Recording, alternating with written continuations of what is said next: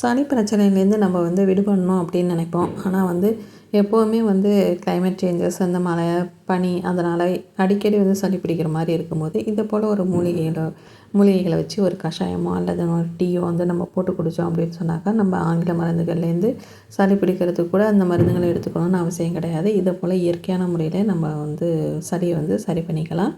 அதுக்கான மூலிகைகள் எப்படியும் அவங்கவுங்க வீட்டிலேயே இருக்கும். சப்போஸ் அவங்க வீட்டில் இல்லைன்னா கூட எதிர் வீட்டில், பக்கத்து வீட்டில் அதுபோல் கண்டிப்பாக அந்த செடிகள் இயற்கையாக ரொம்ப ஈஸியாக வளரக்கூடிய செடிகள் தான். அந்த செடிகளை வச்சு எப்படி இந்த ஒரு டீயை ரெடி பண்ணிடலாம் பார்க்கலாம். இதுக்கு ஸ்டவ் ஆன் பண்ணிவிட்டு ஒரு 150 ml அளவுக்கு தண்ணி சேர்த்துக்கிறேன்.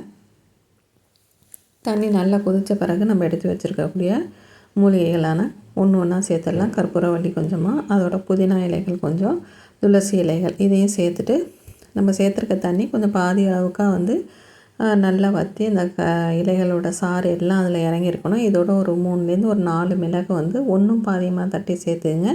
இது கூட பனங்கற்கண்டு சேர்த்துக்கலாம். பனங்கற்கண்டு இல்லை அப்படின்னாக்கா வெல்லம், சீனி எது வேணால் சேர்த்துக்கலாம். பட் பனங்கற்கண்டு இருமலுக்கெல்லாம் ரொம்பவே நல்லது. இப்போ நம்ம வடிகட்டி நம்மளோட மூலிகை டீ ரெடியாக இருக்குது. கண்டிப்பாக வீடியோ பிடிச்சதுன்னா லைக் பண்ணுங்கள். சேனல் சப்ஸ்கிரைப் பண்ணுங்கள். நெக்ஸ்ட் வீடியோவில் மீட் பண்ணுறேன். தேங்க்யூ.